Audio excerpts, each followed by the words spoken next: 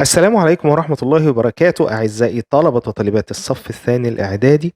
أهلا وسهلا بيكم في الحلقة الثانية من الترم الأول مع منهج بينج بونج نوي آينز.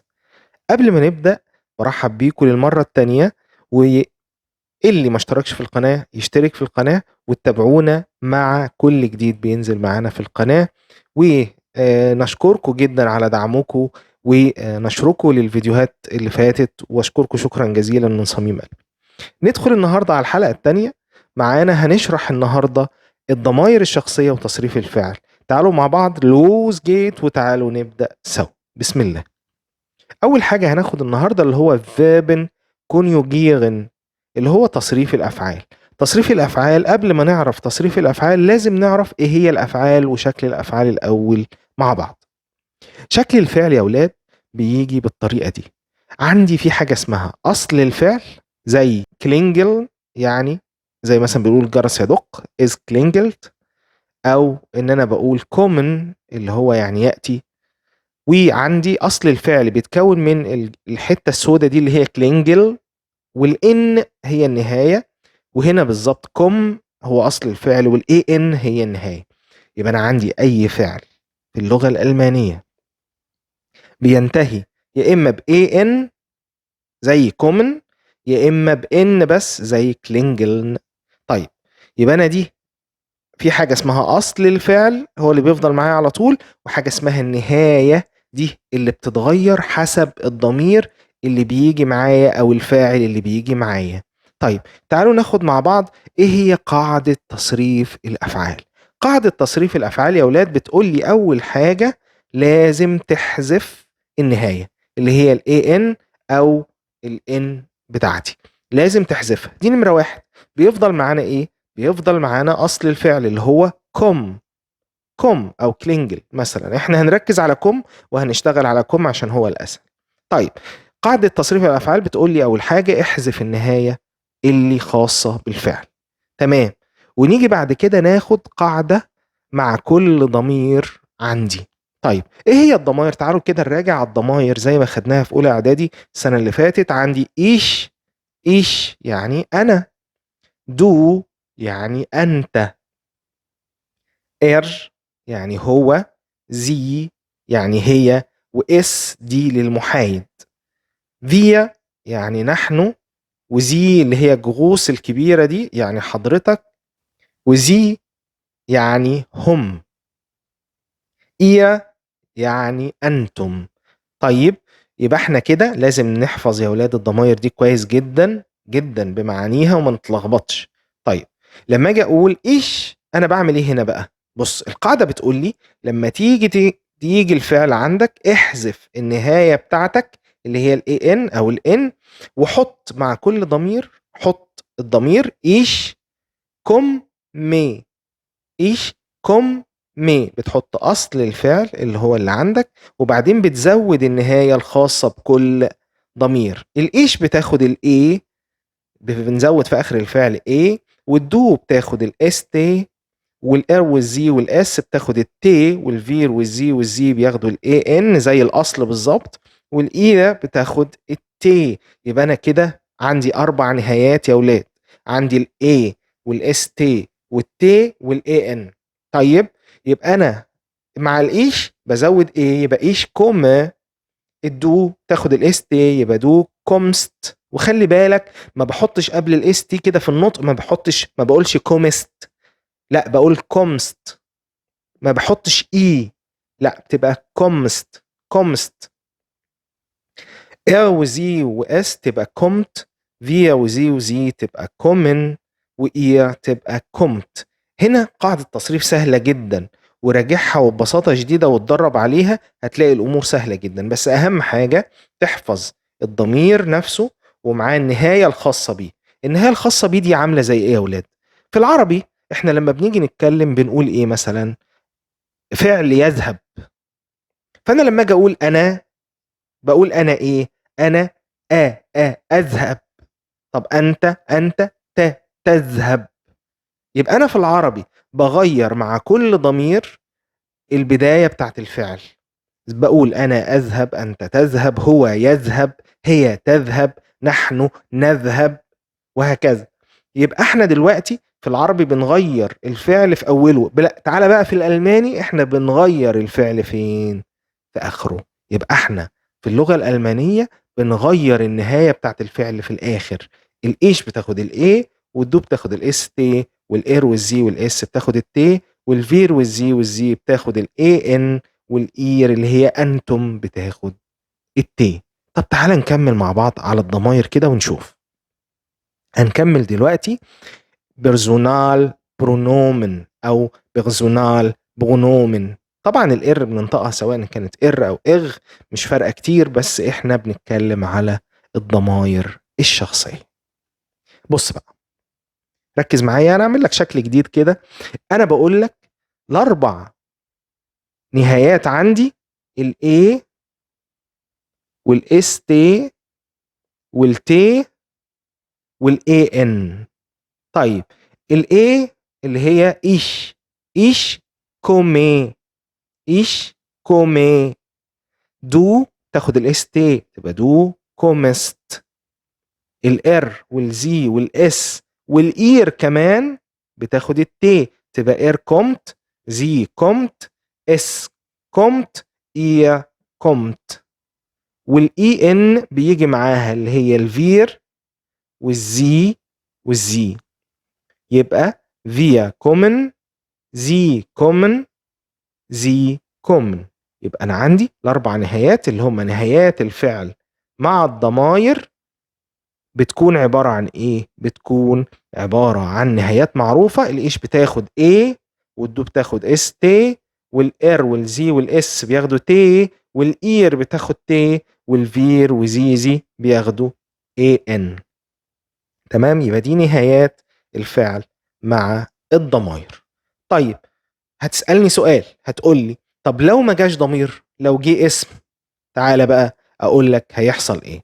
احنا طبعا هنا عارفين حاجة اسمها الاشخاص الغائب. مثلا على سبيل المثال لما اجي ما اقول مثلا احمد، احمد ده لو بقوله باللغة العربية يبقى هو. لما اجي اعوض الاسم ده عن الضمير بضمير فبقول هو. تمام؟ وكذلك عندي هنا في اللغة الألمانية بقول احمد لو هو غائب فبقول ايه؟ ار. بقول ار يعني هو. طب لو قلت سعاد تبقى زي هي. طب كويس جدا. لو قلت بابا يبقى ار هو. طب لو قلت ماما تبقى زي هي. طب لو قلت اوبا اللي هو الجد يبقى ار هو. اوما اللي هي الجدة تبقى زي هي. لو قلت اونكل يبقى العم يبقى ار هو. لو قلت طانت اللي هي العمة او الخالة تبقى زي هي. تمام كده؟ يبقى انا عندي اي اسم بقدر احوله على ان هو يبقى ضمير عشان اربط ان الضمائر نفسها في تصريفها للفعل معايا. هنا بقى يا اولاد اخلي بالي من بعض الحاجات. عندي حاجة مهمة جدا اسمها كوما. الكوما اللي هي دي، الكوما اللي هي دي يا اولاد، الكوما دي لو جت بعد الاسم على طول يبقى الشخص ده موجود قدامي وانا بكلمه، يبقى مخاطب. طيب لو الشخص ده موجود بصيغة المفرد اللي هو أحمد أو علا بقول له دو أنت. طب لو موجود بصيغة الجمع بقول له مثلا دو أند علا أنت وعلا يبقى إير. طب لو الكومة دي جه قبلها هير أو فغاو أو أونكل أو طنط بيجي زي حضرتك، بيجي زي حضرتك. زي مثلا بقول woher kommen Sie Herr Ahmed؟ woher kommen Sie Herr Ahmed؟ أو Herr Ahmed woher kommen Sie Frau علا؟ woher kommen Sie يبقى Frau علا أو Herr أحمد هنا معناهم Sie، بيساووا Sie. تمام؟ طيب هنا لو جيت بقى جمعت بين ضميرين زي دو مثلا مع أي اسم أو ضمير تبقى إير، وإيش مع أي اسم أو ضمير تبقى فير. إيش مع أي اسم أو ضمير تبقى إيه؟ تبقى فير. يبقى إيش und علي كومن أو سكايرو، يعني أنا وعلي كومن. طب ليه جبنا كومن؟ عشان كومن هنا عامل صرفتها حسب ان ايش und علي كأنها فير. تمام؟ لو بقول du und Ola kommt aus Kairo. du und Ola هنا بتساوي إير، فتاخد التي في آخر الفعل اللي هو kommt. تمام كده يا ولاد؟ تعالوا مع بعض. طبعا هنا بقى لو جيت اتكلمت على الضماير، أي اسم مذكر يبقى إر. أحمد، بس ما معهوش كوما، خلي بالك مفيش هنا كوما، يبقى إر. لو قلت علا تبقى زي، هي مفيش كوما. أي بلد أو مدينة ما عدا البلاد أو المدن اللي ليها أدوات، فهنا نبدأ نقول لها اس. أليكس اس، كايرو اس. طب دي شفايتس اللي هي سويسرا تبقى زي، لأنها أداتها دي. فهنا بقى القاعدة التانية اللي أنا بقول لك عليها فوق أهي، اللي أداته در يبقى ضميره إر، واللي أداته دي يبقى ضميره زي، واللي أداته دس يبقى ضميره اس. خلاص نقولها تاني.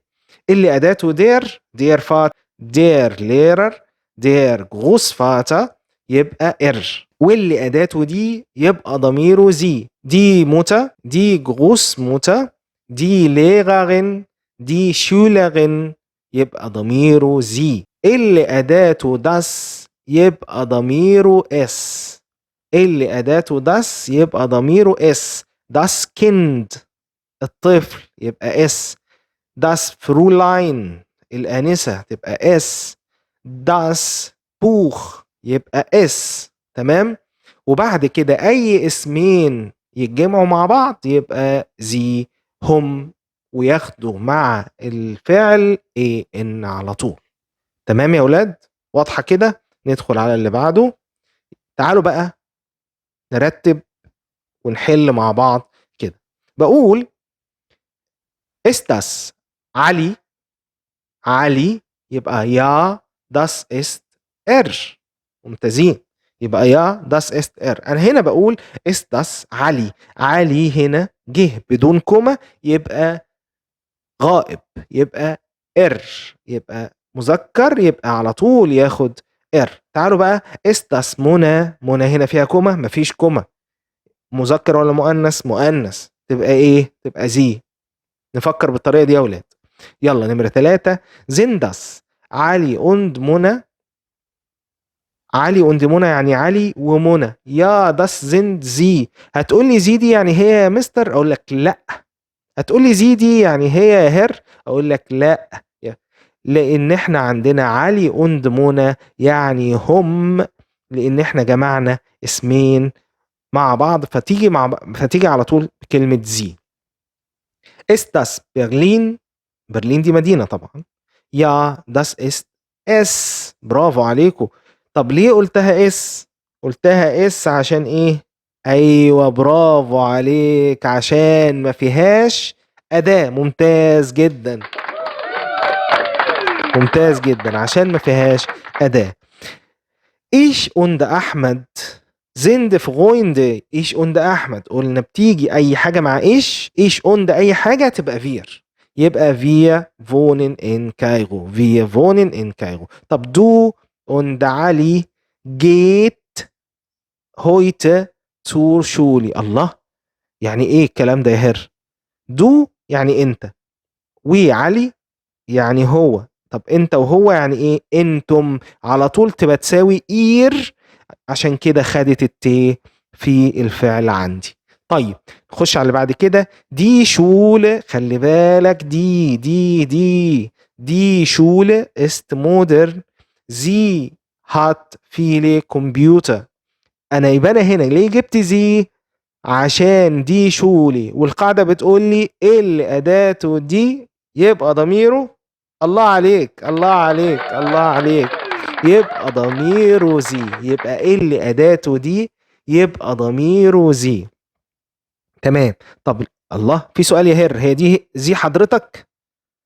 أقول لك لا، دي مش زي حضرتك. هتقول لي الله، ما الاس كبيرة اهي. هقول لك خلي بالك، أي كلمة بتيجي في بداية جملة لازم تبقى كبيرة، عشان كده هنا بقت الاس كبيرة، يبقى زي. وعايز تعرف هي دي أنهي؟ اعرف من الفعل اللي بعدها هتلاقي الفعل واخد الت، يبقى دي زي هي. تمام؟ طيب der Schüler الطالب ist alt ist 15 Jahre alt هو عمره 15 سنة. تمام يا ولاد؟ يبقى احنا لحد هنا وصلنا لنهاية الحصة بتاعتنا، والمرة اللي جاية ان شاء الله هناخد بالظبط الفعل وهنتكلم. احنا النهاردة اتكلمنا عن الفعل العادي، التصريفات العادية، وقلنا ان ايش بتاخد الاي والدو بتاخد الاس تي، والار والزي والاس والاير بياخدوا التي، والزي والزي والفير بياخدوا الاي ان. المرة اللي جاية ان شاء الله هنتكلم على الافعال اللي ليها حالات خاصة، وهنتكلم على الافعال الشاذة. ولحد هنا نبقى وصلنا لنهاية محاضرتنا، وإن شاء الله المحاضرة الجاية تكون محاضرة أكثر متعة من المحاضرة اللي احنا فيها دلوقتي، وإن شاء الله تكونوا استمتعتوا معايا وقضيتوا وقت لطيف، ونذاكر مع بعض المحاضرات. وما ننساش إن كل أسبوع عندنا محاضرة جديدة معايا محمد السيسي ومع 5 ألماني. أشكركم شكرا جزيلا، والسلام عليكم ورحمة الله وبركاته.